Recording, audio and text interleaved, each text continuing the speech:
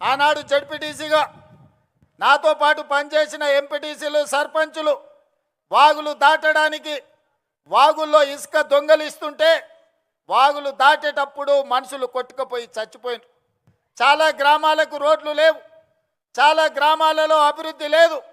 ఆనాడు ఉమ్మడి మహబూబ్ నగర్ జిల్లాలో ఈ మిడ్చల్ మండలాన్ని, అదేవిధంగా గద్వాల శాసనసభ నియోజకవర్గంలో గట్టు మండలాన్ని డార్క్ మండలాలుగా ప్రకటించారు. డార్క్ మండలాలు అంటే 360 డిగ్రీస్ వెనుకబడి విద్య కానీ, వైద్యం కానీ, తాగునీరు కానీ, సాగునీరు కానీ, విద్యుత్తు కానీ ఎలాంటి సౌకర్యాలు లేని అత్యంత వెనుకబడిన ప్రాంతాలను డార్క్ మండలాలుగా, భూమిలో ఉండే నీళ్లు కూడా అందుబాటులో లేని మండలాలను డార్క్ మండలాలుగా ప్రకటించారు.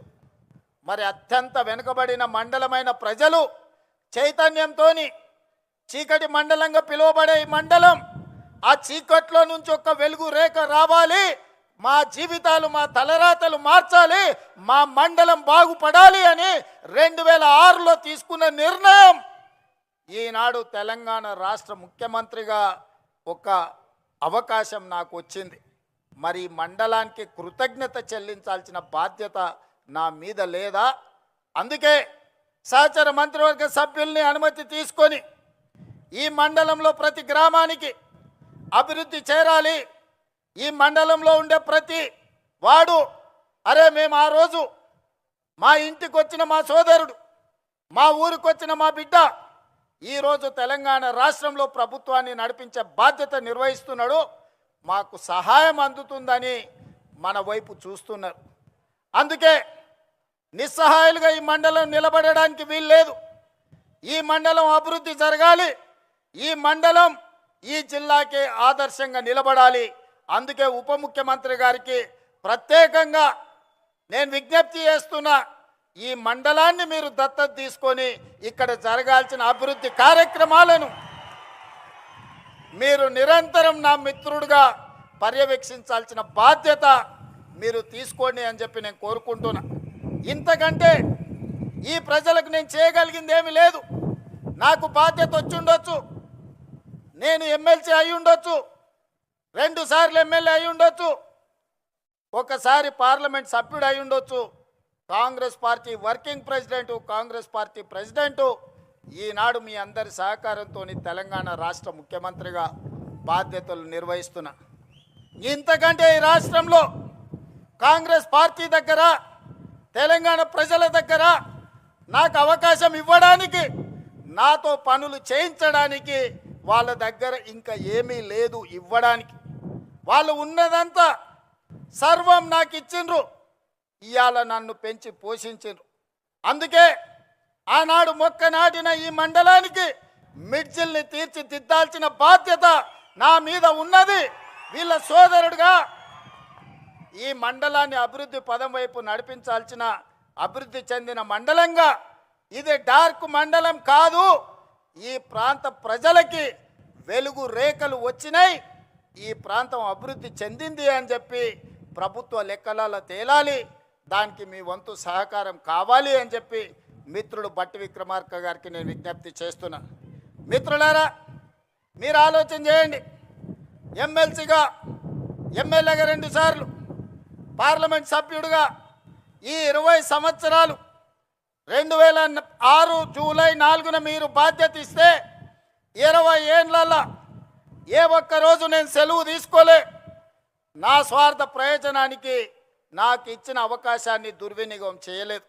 ఏది చేసినా ప్రతిపక్షంలో ఉంటే ప్రశ్నించే గొంతునై ప్రజా సమస్యల కోసం కొట్లాడిన, అధికారం వస్తే పరిపాలనలో సంక్షేమంతో పాటు అభివృద్ధితో పాటు దీర్ఘకాలికంగా సమాజాన్ని పట్టి పీడిస్తున్న సమస్యల్ని శాశ్వత పరిష్కారం చూపించే ప్రయత్నం చేసిన.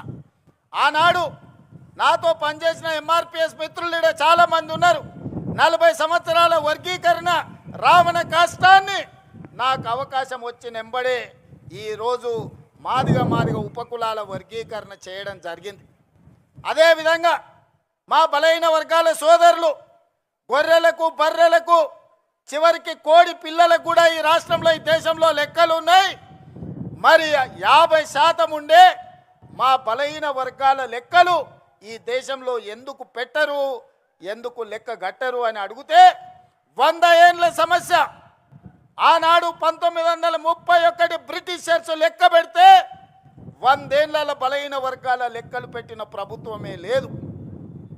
మా మిత్రుడు బట్టి విక్రమార్క గారి నేతృత్వంలో 100 ఏళ్ల సమస్యకు జనగణనలో కులగణన చేసి ఎవరు ఎంతున్నారో లెక్క తేల్చడమే కాదు, లెక్క ప్రకారం వాళ్ళ వాటాలు వాళ్ళకి ఇవ్వాలి, వాళ్ళ సంక్షేమం వాళ్ళ అభివృద్ధి వాళ్ళకి చేర్చాలి అని ఆ సమస్యకు శాశ్వత పరిష్కారం చూపించింది మన ప్రభుత్వం, ప్రజా ప్రభుత్వం. మిత్రులారా, మీరు అవకాశం ఇచ్చినందుకు ఈ దీర్ఘకాలికమైన సమస్యల్ని మనం పరిష్కరించుకోగలిగినాం.